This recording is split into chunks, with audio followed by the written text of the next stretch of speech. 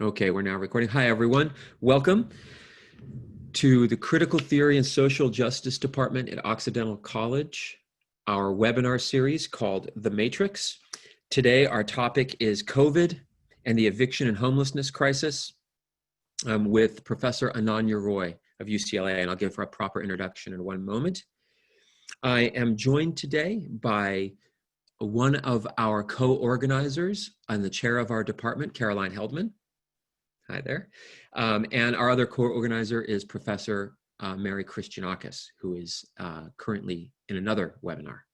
So what we're going to do today is we're going to discuss the very urgent homelessness crisis as it approaches. But let me briefly tell you about the webinar itself, and then I will introduce our guest, and then we will dig in. So the series, if I can pull this up here. Okay. So the series focuses on pressing current events and seeks to connect our community with experts, scholars, artists, and the most effective activists out there. This is an ongoing series. This summer, our series will address two main crises: the complex and far-reaching effects of the COVID-19 pandemic, but also political violence, in particular, the violence of US police forces against Black people and its deep roots and broad effects in our society. On Friday, we'll have a special edition of this webinar. Almost always we have them on Wednesdays at noon. We'll be here, in perpetuity. You can always check us out at Oxy.edu/matrix. There you can register for future events and see videos of past events, including this one sometime this week. Join us on Friday for a special edition of The Matrix from the Front Lines. That's a separate series. We'll be talking to protesters from the Black Lives Matter protests in Portland, people who've been on the ground there and out, since the beginning, talking about not only the protests and what they're hoping to achieve, but also the police violence they're facing, and as you know, the federal forces that have been deployed. But we'll also speak to the ACLU of Oregon's interim legal director, Kelly Simon, about the legal and constitutional issues, as well as the lawsuit that they took to court, and one protecting legal observers and reporters. Okay, so we're in the webinar format today. If you have a question, just go ahead and use the Q&A button at the bottom of your screen, and we'll get to those throughout the webinar and especially at the end. Okay, let me introduce our speaker, which we're very happy to have, doing amazing work. This is Professor Ananya Roy, who's Professor of Urban Planning, Social Welfare, and Geography, and the Meyer and Renee Luskin Chair in Inequality and Democracy at the University at UCLA. She's inaugural director of the Luskin Institute on Inequality and Democracy, which promotes research and scholarship concerned with displacement and dispossession in Los Angeles and seeks to build power to make social change. Previously, she was on the faculty at Berkeley, where she received her master's in city planning and her PhD in urban planning. She's also on she's a board member of the ACLU of Southern California, the union board, and I should say I am as well. So Professor Roy, welcome. Thank you so much. I'm delighted to be here. So I'm going to ask Professor Roy a series of questions, and I'll be looking out for your questions. So please do put them in the Q&A. But I'll provide a little bit of context for my first question. So if you don't mind, and then we'll get right to it. So unemployment in Los Angeles County has skyrocketed during COVID. So we were at about 4% in December, 4.3% unemployment in the state in February. We're now at more than 19%, about 19.5% as of the last report. So in addition to that, we see that the unemployment insurance that was extended, as a result of some measures to deal with the COVID crisis, meant that with the unemployment insurance extension, the current people who are rent burdened, so that their income, including unemployment insurance, allowed them to still pay rent. The ones who were burdened by it were in trouble. We're at 7.8%, according to a very recent study in July. But those extended unemployment insurance benefits will expire for many on July 31st. And at that point, the people who will be in trouble will increase to more than 48%. So the precariousness of housing there. So reading your work, especially this article you shared with us, which I hope everyone had a chance to take a look at that was in the confirmation email, I see that you're predicting about 600,000 Angelenos are living in poverty and are spending more than 90% of their income on rent, right? Which is, terrifying. And I see that Black and Latinx people are twice as likely to report being unable to pay rent. So what are the current estimates for the number of people who are likely to end up evicted and the numbers that are likely to face homelessness as this sort of economic disaster, sort of rolls through in the cascades? Thank you so much, Malik, for setting the scene. And as you noted, this is a pretty terrifying scene. So, I want to preface my comments about the housing crisis in relation to precisely the broader context of political economy in the United States that you've laid out. And really, the phrase I would use for this is the political economy of racial capitalism. So the US, as many observers have noted since the onset of the COVID-19 pandemic, is the world's only rich failed state. But this is not about a disease, however contagious it might be. It is about the absolute failure and political unwillingness to provide the social protections that are necessary in the context of such emergency. And that has to do precisely, as you noted, for example, with the absurdity that unemployment relief is set to expire, the absurdity of meager stimulus checks for the majority of Americans, while our wealthiest corporations are literally reaping in billions. So that is the broader context. And of course, the current emergency of the COVID-19 pandemic has always been the lived emergency of racial capitalism for Black, Brown, and Indigenous communities in the United States. The COVID-19 pandemic exacerbates all of this.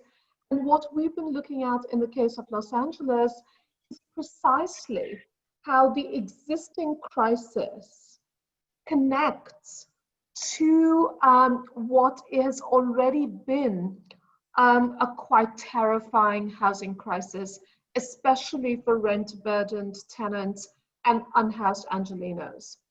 So I have a few slides. Maybe I'll pull some of these up so we can talk about some of these numbers. So here we go. So partly, what I hope we can talk about is what a just recovery might look like in LA. But here are the numbers that you just mentioned. So I work very closely with Professor Gary Blasey of UCLA Law, and in a report that he did in late May called UD Day, Impending Evictions and Homelessness in Los Angeles, Professor Blasey took into account existing housing insecurity in Los Angeles, as well as the unemployment crisis that has been set into motion through the poor handling of the COVID-19 crisis. And the numbers that he arrived at in that report, and this report has traveled far and wide, show that 365,000 renter households in LA are at risk of eviction, although most recently Professor Blasey has revised these estimates to suggest that nearly 500,000 renter households in LA are at imminent risk of eviction. I should say that other researchers recently have released numbers that are even higher than this. So what this means is that in LA already, we had a significant number of people who are unhoused. So the Greater LA homelessness count that was conducted in January 2020 showed 70,000 people experiencing homelessness in LA County, 72% of whom were unsheltered.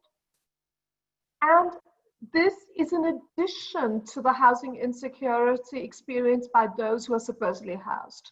So the number that you mentioned, Mala, comes from an economic roundtable report in 2018. And that number's always stayed with me because it's so stunning that 600,000 people in Los Angeles live in households that are spending 90% or more of their income on rent. That was precisely at those levels of low unemployment that you talked about, Malik, right? Now, all of this is structured through race and class. And so what I have here on the side of the graph, many of you know this already, but it's always worth emphasizing.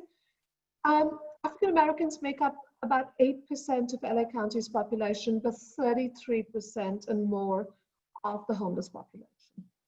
Homelessness in Los Angeles today has become a phenomena of Black death and Black dispossession.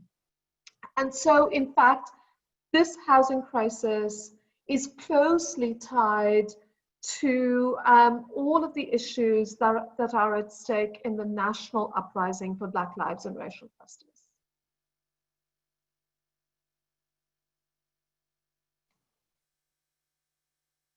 Malik, I think you're on mute. I was. There we go. Okay. Got to get better at managing that. Okay. So I thought maybe we could dig in a little bit further on the racial and ethnic breakdown here, especially around COVID. So here's just a little more context. So if we look at the COVID rates, as I understand it, and I know you've talked about this quite a bit, you can help unpack this for us. African Americans are 3 to 3.5 times, I've seen both numbers, more likely to be hospitalized as a result of COVID infection.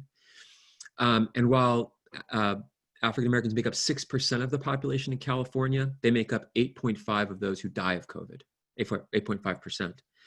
We see that Latinx people make up 38.9% of the population you can see that from your graph there, but are 56% of the people who get diagnosed with COVID and 45.6% of people who die of COVID. So that means Black and Latinx people in California are the only two ethnic or racial groups whose disease incidence and death rates exceed their percentage of the state's population. So how is this necropolitics, this health justice problem, reflected in the neighborhoods and people who face eviction and homelessness? Are we seeing the same kinds of breakdowns? What do you think about that? Absolutely.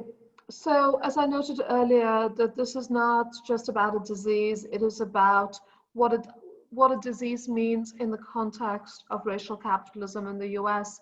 So those numbers, of course, pertain to who has access to healthcare and on what terms.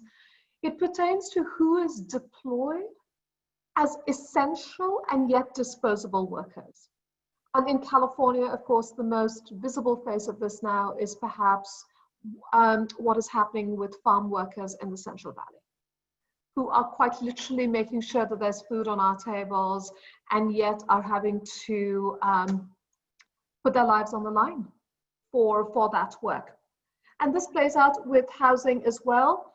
I'll come back to the question of rent relief, etc., but I'm going to jump ahead to the point that you made, Malak, to talk about the neighborhoods that are most vulnerable to the mass displacement that we anticipate will unfold in the imminent months, particularly once the current freeze on evictions is lifted, and that could happen as soon as August 14th.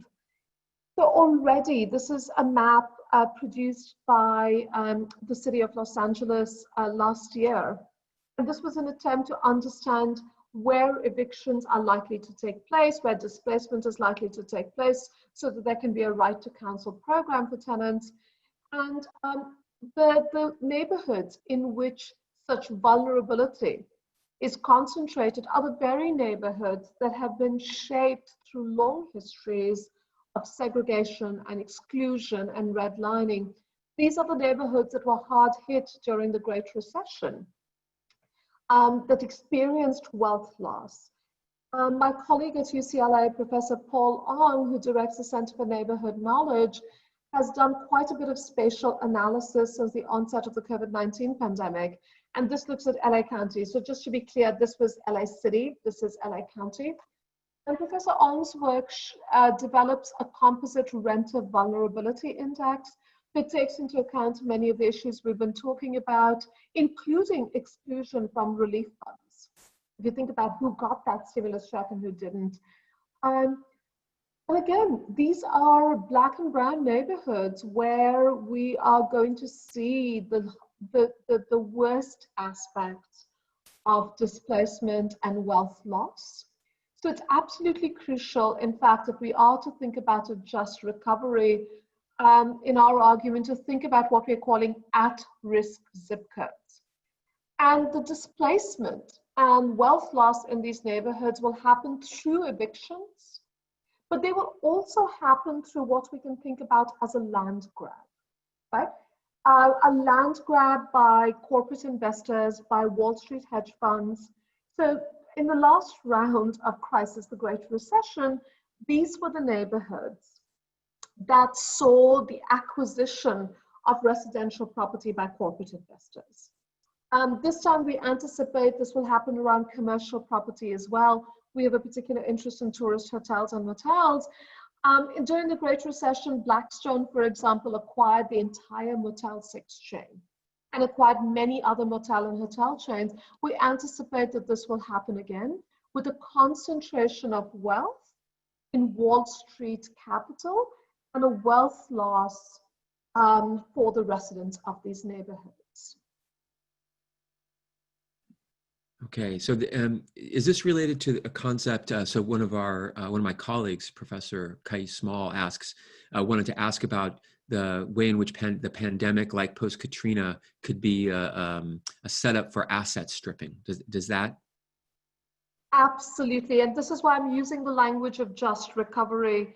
So I should say that one of the things that concerns me greatly is the ways in which the COVID-19 pandemic is also, in many ways, the grounds for what Naomi Klein and others have called disaster capitalism. There is a lot of money being made. There is a lot of wealth accumulation. And, you know, Jeff Bezos, again, is perhaps the most visible face of this, making, you know, profits of $13 billion on a given day. But the wealth accumulation is all around us, but also recovery. The narratives of recovery and the plans for recovery will be a crucial space in which Black and brown neighborhoods will lose, and corporate investors, Wall Street capital, and well-established developers will win. And that, I think, is becoming quite evident as we see the complete lack of protections against asset stripping, against this kind of wealth loss. So we're pushing very hard for eviction defense, for the mass expansion of housing, and for processes that put into place robust protections against such asset stripping and wealth loss. Great, okay, that's really helpful. So just a very nuts and bolts kind of question. So we've been hearing about this looming crisis in the news now for months. I think people, you know, have seen it on CSNBC or CNBC. It's on, you know, other major channels. You alluded to it earlier. What is the newfound urgency here? Why is it even more important that we get working on this? What's going on? So I'll go back to the numbers that I started with. I mean, so things were already terrible in Los Angeles, but these numbers indicate that what we are about to witness in Los Angeles will be, in our estimate, the largest mass displacement in the region since indigenous genocide and dispossession. And really, this is what the scale of this nationwide is equally terrifying, right? The numbers we keep hearing are the 23 million Americans are facing eviction. So if the subprime crisis wiped out intergenerational wealth transfers for Latinx and African American households, this is going to happen all over again, this time for renter households. And the displacement, right? So I think one of the key issues is where people go after they're evicted. And I'm an urban studies scholar whose methods are primarily ethnographic, and I do a lot of work in the cities of the so-called global south. And I'm really struck by the fact that we don't know enough in Los Angeles and even in other US metropolitan regions about where people go after they're evicted. What we do know is that what they experience are multiple forms of displacement, and that they are pushed further and further out of our metropolitan regions. So this mass displacement is part of that long process of the forced removals of people of color. And in my own work prior to COVID-19, I was calling this racial banishment. And I think we're going to see much more of that racial banishment. I think the urgency also has to do with the fact that we don't have programs in place at the moment that could stop this. So I should say, none of this is inevitable. All of this was avoidable. The housing justice movements have been loudly demanding rent cancellation. What we've gotten instead at all scales of government are wishy-washy programs that are at best rent relief. And my assessment of most of those programs is that they protect landlords from market risk, as in the $100 million lottery that the LA City Council ran for tenants at risk. Many of them convert rent into debt, which is very problematic. And even the best of them, even the ones that I want to fight for, like AB 1436, etc., delay rather than ban evictions. So yes, an additional year, an additional 18 months would be great. So the tenant movements have a chance to get ready to defend tenants. But why do we think that in 12 months or in 18 months, rent-burdened tenants who are facing these staggering levels of unemployment, as well as infection and death, the necropolitics you talked about, why do we think that they'd be able to pay rent then? Right. And as I understand it from an update that you sent out, we're looking at this eviction process starting like soon. Yes. So the only thing that had held evictions back, so I want to say to the audience that, you know, there's a lot of talk about an eviction moratorium, etc. in California. None of that, there is no eviction moratorium in place. Right. The only thing that was in place was a freeze on the filing of evictions by the California Judicial Council. Last Friday, the California Judicial Council announced that it will lift this freeze effective August 14th. What remains on the table now, aside from something like AB 1436 that's in the legislature, would be an emergency intervention by the governor that in fact puts into place a proper moratorium on evictions, not what he has in place at the moment that he loves to call a moratorium. So the chances of that kind of emergency intervention seem increasingly slim. And so it is quite likely that starting August 14th, the courts will reopen and that there will be a quite mass filing of evictions, the unlawful detainer, and these will require legal answers from tenants who most likely will not have the legal support and help to be able to file those kinds of legal answers. Yeah, from reading the UD Day report, and I highly recommend in the confirmation emails, you must have seen the links to the publications coming out of Professor Roy's Institute. I read that, first of all, if you don't have legal representation, there's almost no chance that you'll avoid eviction. And that when you do have representation, it tends to go a bit better, but that there are currently 50 specialists in this available in the county to help, 495,000 at-risk households. Yeah, so, you know, this has always been a rigged system, rigged against tenants. The entire eviction process, you know, works with cruel swiftness. You have 5 days to respond to an unlawful detainer. As you noted, Malik, most tenants who do not have access to legal counsel default. There have been many efforts by housing justice movements and by public interest law firms to build a right to counsel coalition. But, you know, that is an infrastructure that is still being built, and it's unclear if that infrastructure will be adequate to meet the demand that is going to soon emerge. I think that one important thing also to keep in mind is that the LA Tenants Union has, since the start of the COVID-19 pandemic, called for a rent strike. And their framing of this has been, we choose food over rent. Mhm. I think it's quite clear that in Los Angeles and in many other cities in the US, rent strikes are underway. Hmm. So as all of this unfolds, I think we're also going to see what that set of political demands look like, and where that kind of mass politics meets this kind of mass displacement. Yeah, that's right. So before we get into some ways to address this problem, which you've hinted at already, um, I wanted to quickly have you tell us, your most recent report is about what it might look like unless we, get some legislative, executive, and political solutions here.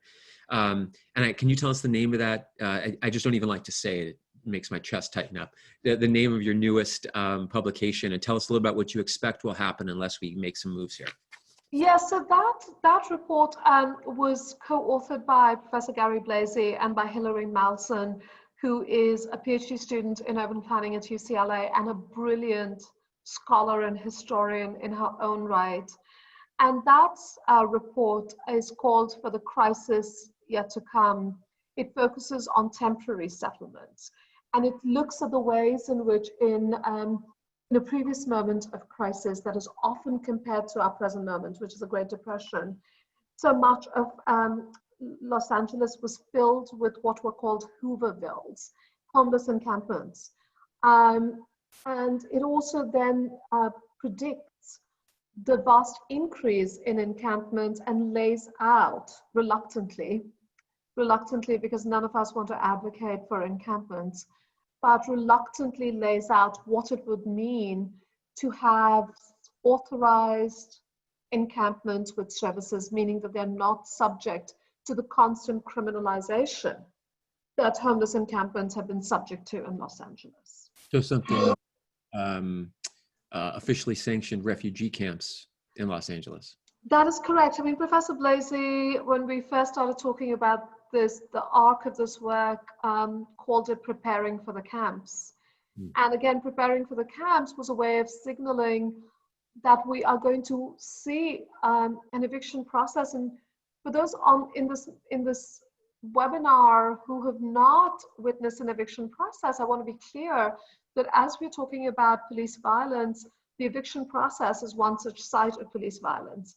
That it's armed sheriff deputies that remove people from their homes and throw their belongings out onto the street, with no recourse.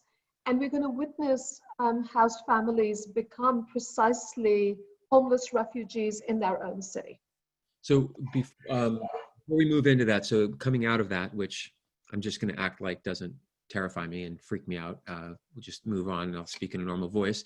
I wanted to allow one of our students who's worked around this issue of the police involvement with the homeless in California to come on and ask you a question about this. Kayla, are you available? Yes.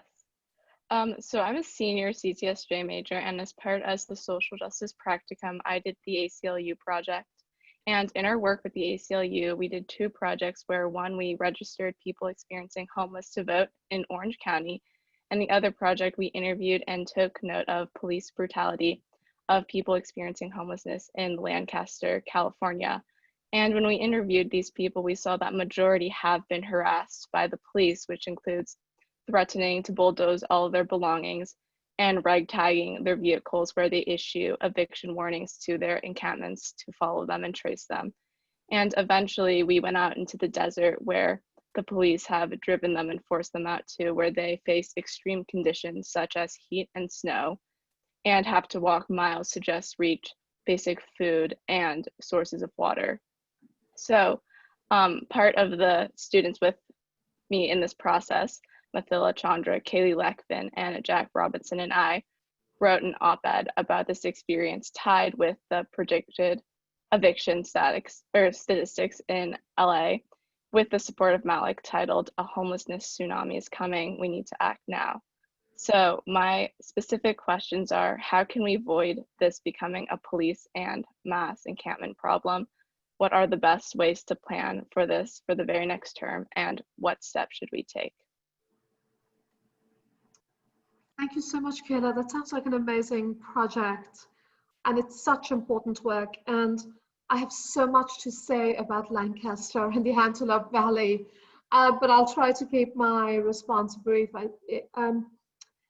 So I think overall, the work that many of us have been doing for a while has been about how unhoused in American cities, not just in Los Angeles, how the unhoused are subject to what, borrowing a phrase from Lisa Marie Coucher's book, I'm going to call social death. How they are subject to racialized rightlessness, and how they are subject to a social death, of which police brutality is a really key part.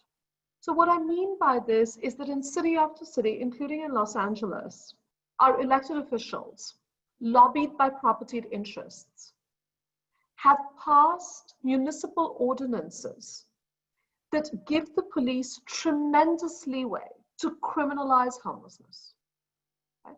So whether it be the illegalization of living in one's car, whether it be the limits on personal property that an unhoused person can have, all of this has been a slew of utterly cruel ordinances, and they continue to proliferate. In addition to this, we know from the statistics in LA City, and I'm sure the statistics are similar in across LA County, that unhoused people are disproportionately subject to citations, to arrests, and to other forms of police brutality.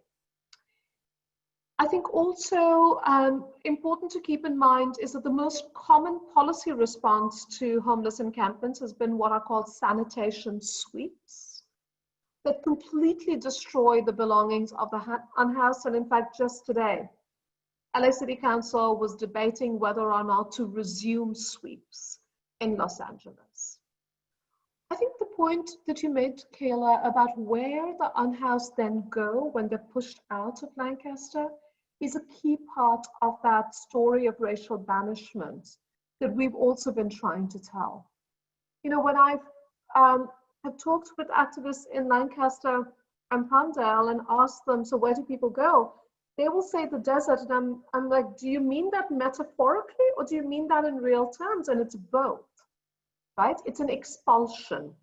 I should also say that Lancaster and Palmdale are important because these are the cities to which African-American Angelenos went after being unable to find housing in LA. There's a brilliant dissertation and published articles by Rahim Kurwa that shows the ways in which Black Section 8 voucher holders, unable to find any housing in LA, moved to cities like Lancaster and Palmdale, and those cities then passed the most racist policies of code enforcement and crime-free ordinances. And those cities now have some of the highest rates of evictions of people living in Section 8. Right? So it has been also the scene of major fair housing battles, including a landmark intervention by the Department of Justice under a previous presidential administration. So it's a site at which all of these things come together, and we begin to see the police logics to which code enforcement, eviction, sweeps, the expulsion of the unhoused happen. Thank you so much, Kayla. Does that answer your question? Do you have any follow-ups, or are you solid? No, that answered my question. Thank you so much. Thanks for joining us, Kayla. Okay, so let's see. Hey, Kayla, maybe you can also turn off your video, if that's okay. All right, so perfect. Oh, you got it? Okay, you're set. Okay, so maybe it's time now to think about things you think we can do to help address this, right? So I know that you mentioned already the right to counsel movement, also AB 1436, there's rent control issues, right? So, you know, what do you think, how should we organize ourselves? How can we be helpful? whether we're lawyers or just concerned citizens, or, how can we be involved? Yes, so I think that there is a lot of work to be done in alliance with housing justice and racial justice movements. So I think as part of this quite extraordinary moment of uprising, we've seen the strengthening of those coalitions and alliances in LA. So I wanted to draw attention to the People's City Council of LA. That is a coalition that is also one that works closely with the People's Budget LA. That is a BLM LA-led alliance around a more just budget. As you noted, it's important to continue to push for the expansion of rent stabilization and rent control in California. So I want to alert everyone to watch for Prop 21 and think about how we can support that. In our work, and I'm going to share my screen again, Malik, for a minute. In our work, we've also been thinking about what it might mean to push for the mass expansion of housing in Los Angeles. And I think that a great deal of that has to do with thinking about how existing tools, if you will, can be repurposed for the necessity of the mass expansion of housing. So one of the reports that I did with Professor Gary Blasey, as well as with Johnny Coleman, who organizes with No Olympics LA, and Ilana Eden, who organizes with the Anti-Eviction Mapping Project and the Stop LAPD Spying Coalition. This work by us is a pretty lengthy report, focuses on the mass expansion of housing. We assume that there is no plan in place to keep people in their homes, and given the failure to keep people in their homes, what is needed is the mass expansion of housing. And I should say that even aside from the impending evictions, the 70,000 people or so experiencing homelessness in LA deserve this mass expansion of housing. I should say I'm very worried, as I've noted earlier, about the recovery plans that are being touted. The governor has announced something called Project Home Key that uses federal relief funds to acquire hotels and motels. LAHSA, the Los Angeles Homeless Services Authority, has an ambitious COVID-19 recovery plan, ambitious in terms of how much it seeks to spend, $800 million, but to temporarily house 15,000 people. What is needed is the mass expansion of permanent housing in LA. So in our work, we focus on Project Room Key, which some of you will remember. It's a statewide and countywide program that was initiated by Governor Newsom with the onset of the COVID-19 pandemic, and allows public agencies to acquire vacant tourist hotel and motel rooms as emergency shelter for the unhoused. 75% of these costs are reimbursed by FEMA. There are complex FEMA eligibility criteria. For those of you in this webinar who are curious about this, I'd be glad to share the details. The problem with Project Room Key is that it's stalled.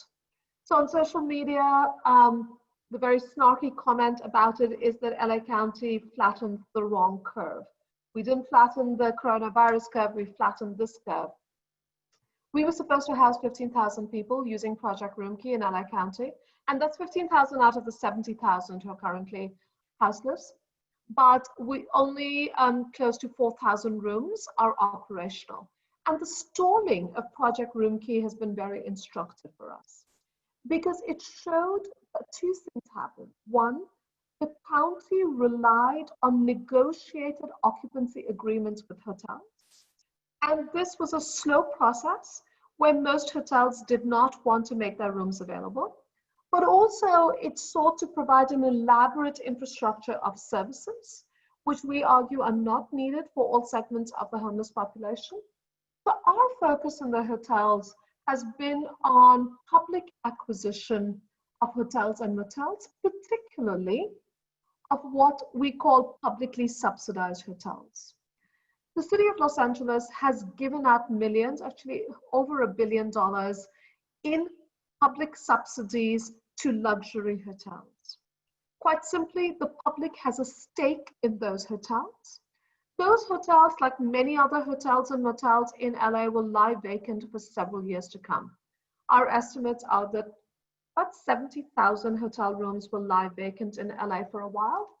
The movements, such as the statewide movement, No Vacancy, and some of you will remember this attempt to occupy a suite at the Ritz-Carlton by the No Vacancy movement, have noted that government executives have the authority to commandeer vacant tourist hotels and motels. In fact, throughout the state of California, the legal opinions have established that government executives have, during a public health emergency, the legal authority to commandeer private property as long as there's just compensation after.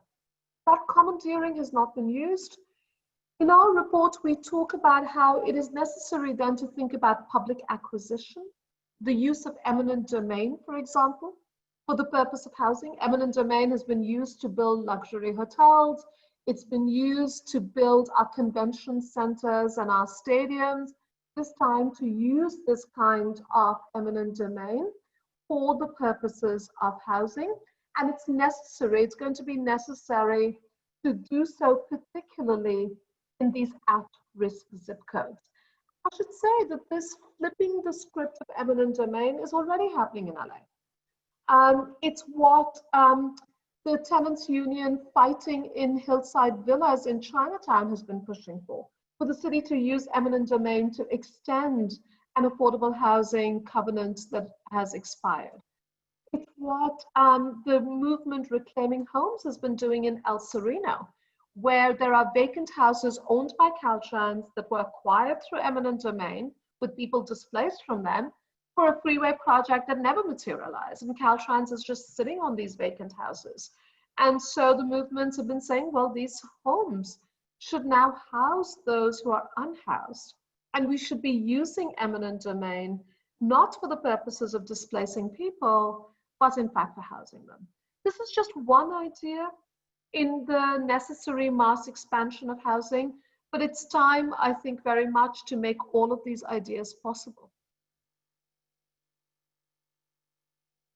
We have a question from one of the Occidental faculty, Alicia Gonzalez. Let me just read it to you. She does in the middle of it recognize that you are starting to answer her question, but there's some interesting elements here.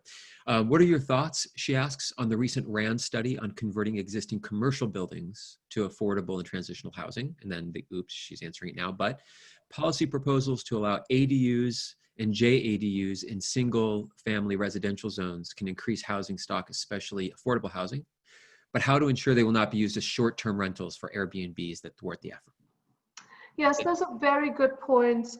So absolutely, I think all of these pathways to the mass expansion of housing is necessary, particularly because aside from the recovery plans, which are deeply flawed and that will squander public resources without permanently housing anyone, we also have quite broken models of housing provision in LA.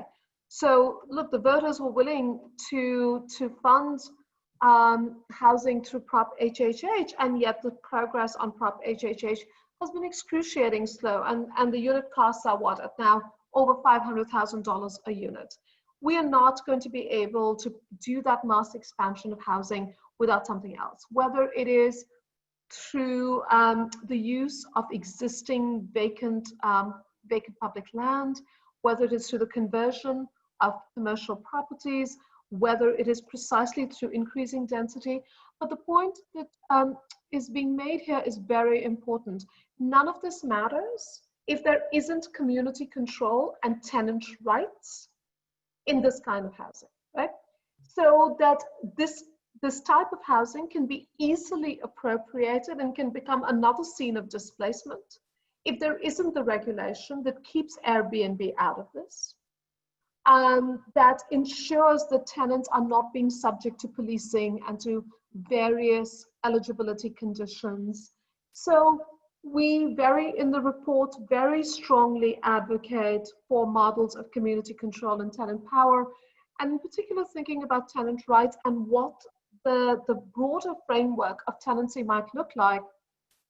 It is precisely to think about the long struggle in LA, but also in other cities, we draw inspiration from Vancouver around what are called SROs, single room occupancy hotels, residential hotels, that have been an important source of low income housing and where tenant rights have been hard won. So in LA, for example, with the residential hotels, there was something called the 28-day shuffle, where landlords would move tenants on after 28 days so that they never established tenancy. Well, that can't be the case with some of this kind of housing that we're talking about, right? So from the very start, we've got to think about what tenant rights are, which is why we're not talking about any of this as shelter. We're talking about it as housing. And we recognize that even what is put forward as shelter becomes spaces in which people experiencing homelessness live for many years. So what we need is a robust model of housing, not just emergency shelter. Yeah. Can you briefly say, you were talking about how slowly the affordable housing building is happening, but also getting into affordable housing is really difficult. Can you just very briefly say like what some of those, what the timelines are to get into existing affordable housing in LA? Yes, I mean, the challenge in Los Angeles has been on several fronts. So one of them is the reliance on Section 8 vouchers, right? So Section 8 vouchers are limited. The Section 8 voucher waiting list was closed in LA at one point for 13 years. And when people were allowed back on the list, right, they were then, of course, faced a massive wait time. As I noted earlier in the discussion of Lancaster, it's been very difficult for Section 8 voucher holders to find housing in the city of Los Angeles. So they've often had to find Section 8 housing in the far peripheries and then rely on quite long commutes into their jobs. So we know that the voucher system is broken and traps people in these long wait times, but so also broken is the entire system through which we build permanent supportive housing. So permanent supportive housing is expensive for various reasons.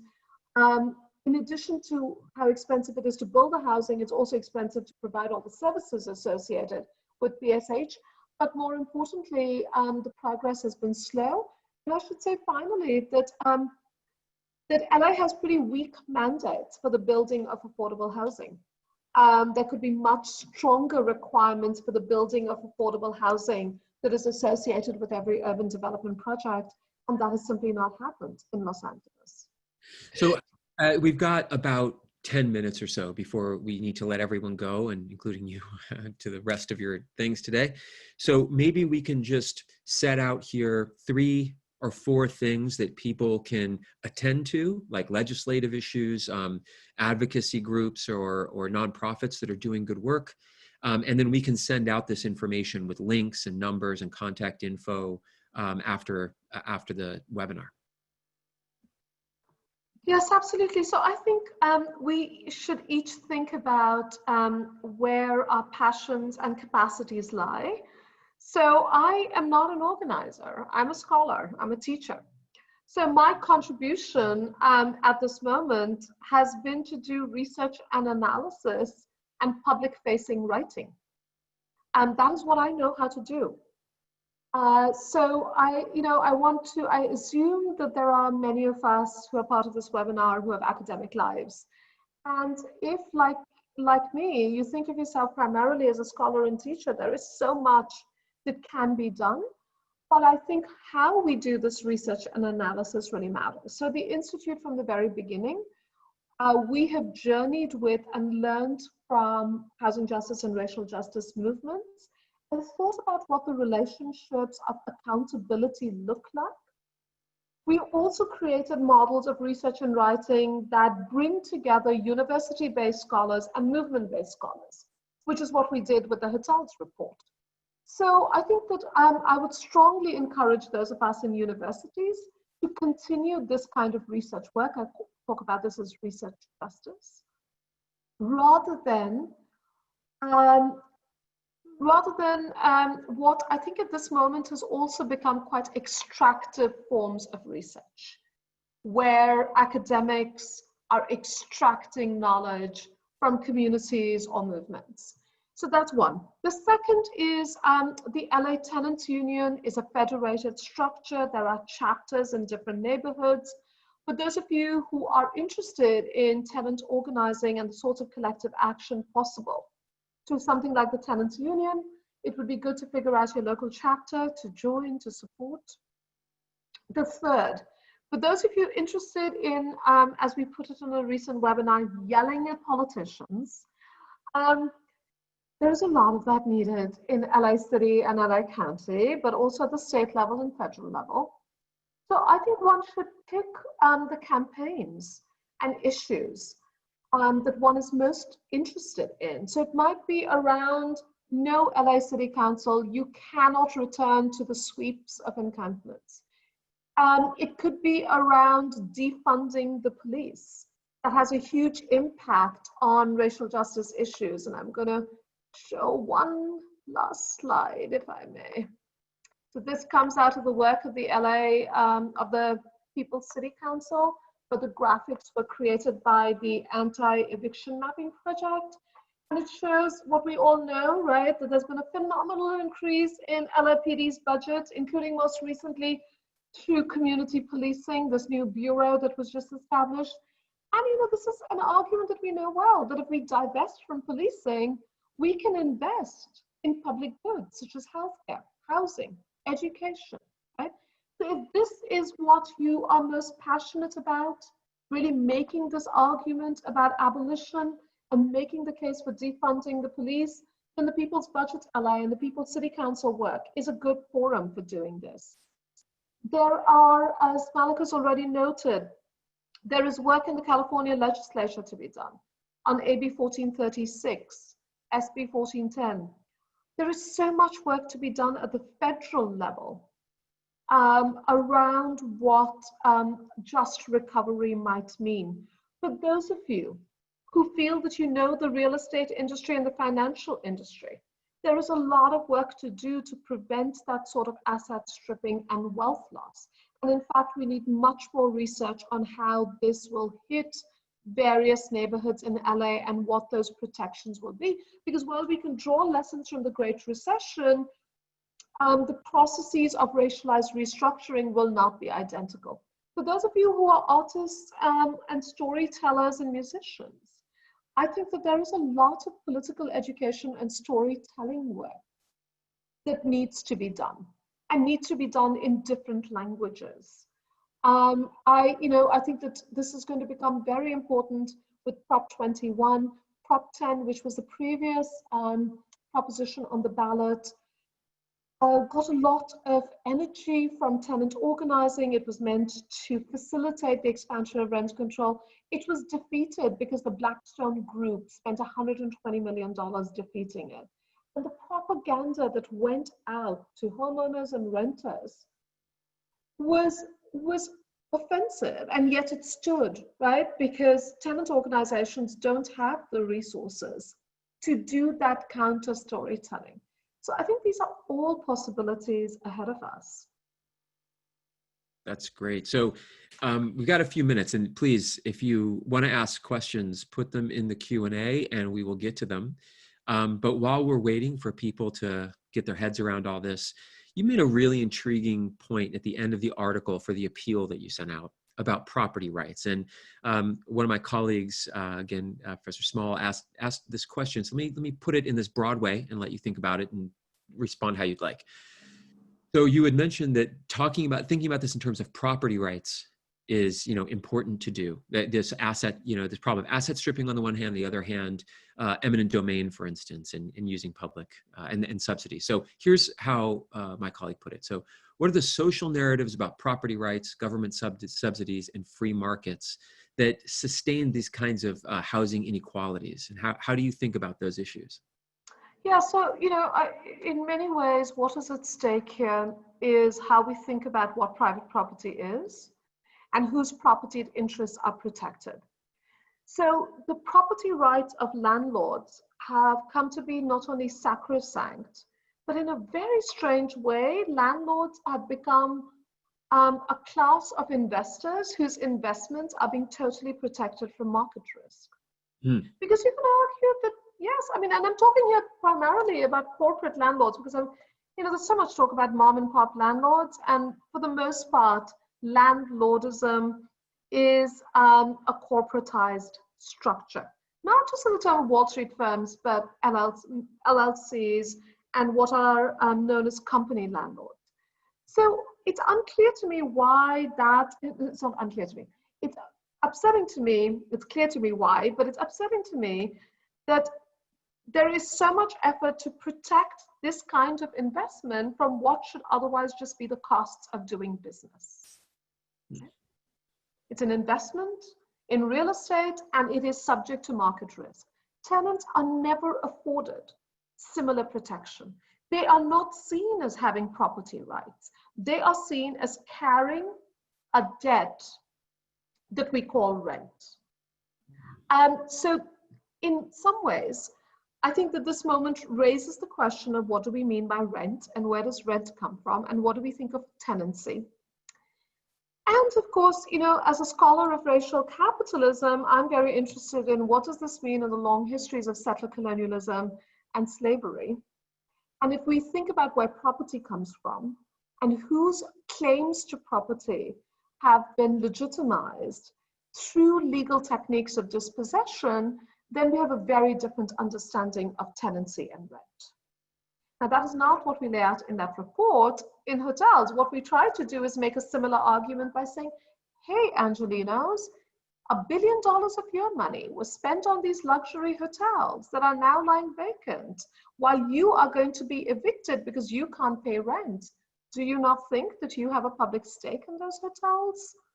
How then do we think simply about these hotels as privately owned property versus those in which the public has a stake? Nice, very good, very interesting. So one more question here and then we'll go on. So an anonymous attendee, I always appreciate the anonymous. How do you feel historic preservation may help or hurt just recovery of the housing crisis? That's a very good question. I'm not an expert on historic preservation. I will say that in the report, though, one of the key examples we draw upon is from Vancouver, from the Right to Remain Collective, one of our key housing justice partners, and amazing organizing being done by SRO tenants there in the downtown East Side neighborhood of Vancouver. And there, the tenant organizers were able to push the Hotel of Vancouver last year to acquire, to expropriate 2 SRO hotels that had been shut down because of code violations, but that are also subject to historic preservation ordinances. And those 2 hotels were expropriated at the wonderful price of $1 Canadian each by the city of Vancouver, with an argument about what it would cost to renovate these hotels in keeping with the historic preservation ordinances. These hotels are going to be renovated and converted into permanent social housing, right? So the costs of renovation are high, but as we argue in the hotels report, even in that case, once you look at the unit cost, those units of social housing still cost less than our current models of affordable housing, much of which is unaffordable in Los Angeles. Amazing. Well, thank you so much for your time. That's all we've got.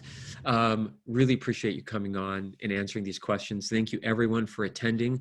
We will send out, again, the links to the readings and to the publications from the Institute and some links to some of the possible actions you can take as well to this list.